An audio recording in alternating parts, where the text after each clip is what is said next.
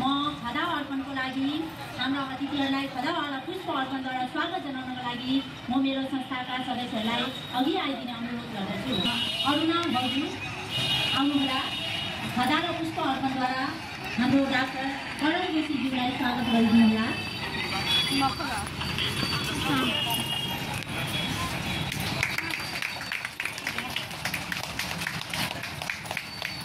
त्यसपश्चात अनुषा बहिनीलाई सञ्जना घिमिरे म्यामलाई खदाद्वारा स्वागत गरिदिनुहोला।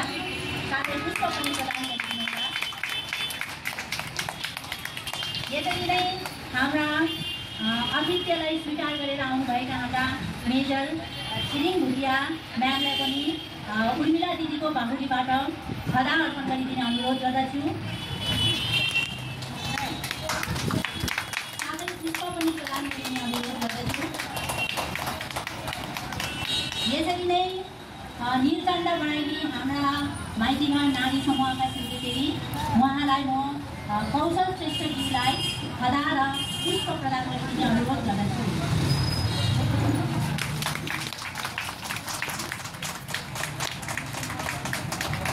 त्यसरी नै मेनुकालाई डाक्टर सोनु प्रधानज्यूलाई खदा र पुष्प प्रदान गरिदिने अनुरोध गर्दछु।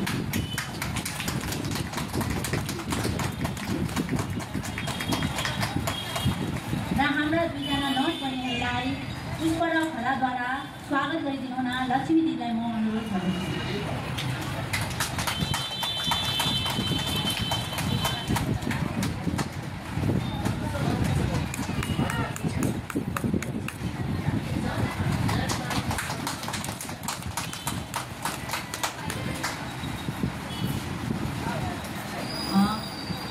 प्रथमतः हामीले दीप प्रज्वलनद्वारा सुरु गर्नुपर्ने थियो, तर अब हामीले कार्यक्रम ढिलो हुँदै गरेकोले गर्दाखेरि हामीले यो कार्यक्रम अलिकति स्थगित राखेका छौँ र अब अरुणा मौजुको तर्फबाट ओमकार गर्दै दीप प्रज्वलन गर्ने यहाँ गरिँदैछ।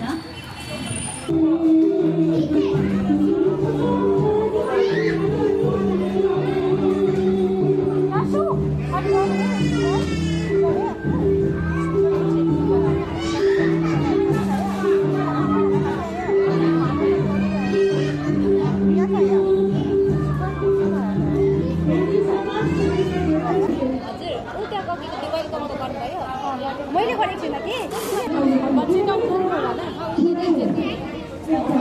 गरिदिनु न।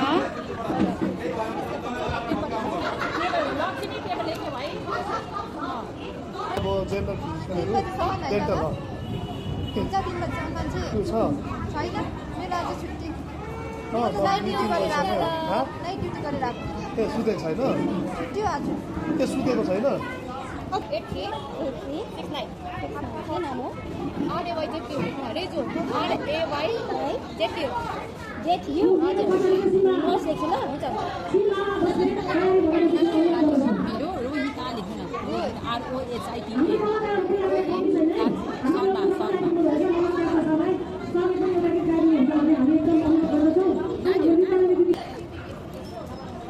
तिमीलाई खोल्छ ए ल ल ल बस तिमीहरूको सेवा हामी गर्दिन छुटेको त तिमीहरू हाम्रो लागि तिमीहरूको यो पनि एउटा उयो नै हुन्छ घरमा के काम हो।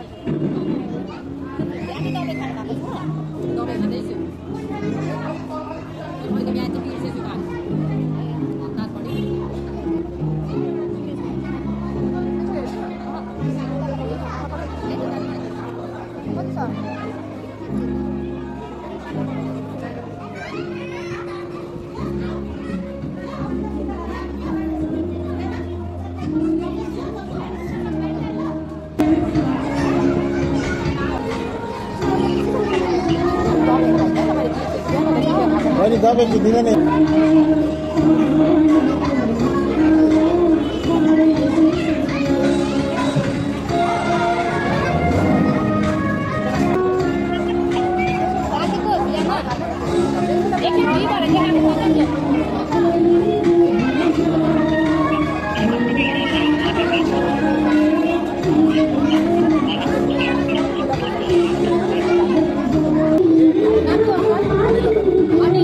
पैसा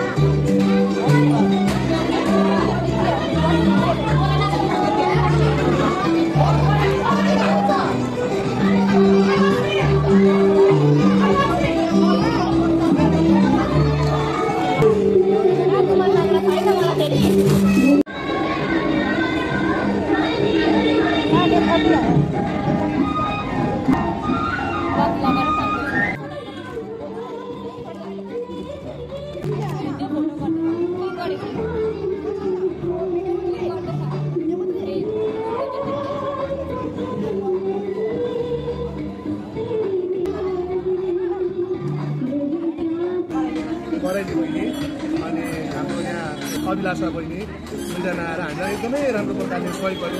आज बिहानदेखि आएर उहाँहरूले जुन चाहिँ प्रकारको हामीलाई भन्दा मेरो विशेषको माइती घर नारी समूहलाई जुन प्रकारको सहयोग दिएको छ, यो सहयोग चाहिँ हाम्रो लागि एकदमै सराहनीय छ। उहाँहरूको लागि यति आज उहाँहरूको सहयोग उपरवालाको पनि सहयोग हो। आज वातावरण पनि हाम्रो अलिकति शीतल वातावरण छ, त्यति साह्रो छैन। अनि हाम्रो यहाँ मेडिकल क्याम्पमा पेसेन्टहरूको निकै भिड पनि भयो। त्यस्तो भिडमा पनि हाम्रो बहिनीहरूले यस्तो प्रकारको सहयोग गरिरहेको छ, जुन सहयोग चाहिँ हामी के भनौँ भने एकदमै हाम्रो लागि सराहनीय छ होइन। उहाँ एकजना हाम्रो अर्को बहिनी नाइट ड्युटी गरेर सायद उहाँले अहिले बिहान के अरे नाइटबाट आएर ओछ्यान पनि पाएको छैन होला, बिचरा यहाँ अहिले काम गर्नुहुँदैछ हो। अनि यस्तो सहयोग चाहिँ पाउनु चाहिँ एउटा हाम्रो लागि एउटा खुसीको कुरो हो कि हाम्रो नारीमा चाहिँ यस्तो शक्ति हुन्छ है। चाह्यो भने नारीले के गर्नु सक्छ, सबै गर्नु सक्छ। त्यसरी आएर सहयोग दिनु यो सबभन्दा ठुलो कुरो हो। मान्छेले पैसाको आधारमा त सबै कुरो पाइन्छ, तर मन तनको आधारमा पाउनु चाहिँ ठुलो कुरो हो, जुन चाहिँ यो सराहनीय काम हो। यस्तो सराहनीय कामलाई म माइती भएको तर्फबाट चाहिँ मेरो मिसेस चाहिँ माइती होइन, मेरो मिसेसको बाट चाहिँ जति पनि छ उहाँको तर्फबाट चाहिँ म उहाँहरूलाई एकदमै आन्तरिक हृदयबाट मनभित्रबाट नै धन्यवाद दिन्छु है। एकदमै धन्यवाद। सायद त्यो सानो पर्छ होला होइन, यस्तो मेडिकल काममा आएर जुन चाहिँ प्रकारको आफ्नो सहयोग दिनु यो चाहिँ अब धन्यवाद पनि पात्र होइन हो। त्यसलाई धन्यवाद दिएर चाहिँ म शेष गर्न चाहिँ चाहेँ। धन्यवाद तपाईँलाई पनि धेरै धेरै धन्यवाद है। आज एकदम क्याम्प दादाहरूले यहाँ माइती घर है सबैजना अर्गनाइज गर्नुभएको थियो है। एकदम राम्रोसँगले नै जाँदैछ, सबैजना पेसेन्ट आउनुहुन्थ्यो है। एकदम ग्यादरिङ पनि थियो है, हामीलाई पनि इन्जोय गरेँ है, राम्रो लाग्यो है। हामीलाई पनि यसरी इन्भाइट आउँदा हामीलाई धेरै खुसी लाग्छ है। यसरी नै बोलाइदिनु होला। म भन्दा मेरो विशेष गरेर